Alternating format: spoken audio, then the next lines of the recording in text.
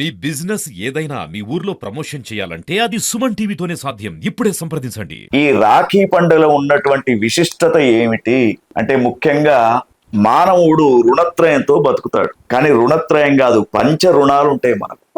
లెక్క ప్రకారంగా అందరు చెప్పేది దేవ రుణం, ఋషి రుణం, తర్వాత మాతృపితృ రుణాలు కలిపి పితృ రుణం అని చెప్పేసి చెప్తూ ఉంటారు. కానీ సోదర రుణం, సోదరి రుణం అని ఇంకొక రెండు కూడా ఉన్నాయి మనకు. అయితే ఈ సోదరి రుణం తీర్చుకోవడానికి ఉదాహరణకు అమ్మ ఇప్పుడు మీ ఆడపిల్లలకి ఏం చేస్తారు, పెళ్లి కాగానే మా బాధ్యత అయిపోయింది అనుకుంటారు. కానీ అట్లా కాదు. అట్లానే మగవాళ్ళు కూడా అన్నదమ్ములు పెద్ద వేరిన తర్వాత వేరువేరుగా ఉంటూ ఉంటారు. కానీ సోదరి రుణం అనేది మన పూర్వకాలం నుంచి ఉన్నది. వాళ్ళకు పెళ్లి చేసినంత మాత్రాన మన బాధ్యత కాలేదు. వాళ్ళ కష్టాలు వచ్చినప్పుడు వాళ్ళను మనం దగ్గరికి వెళ్ళి వాళ్లకు మనం సహాయం చేయాలి. దాంట్లో భాగంగానే రాఖీ పండుగ అనేది రావడం జరిగింది.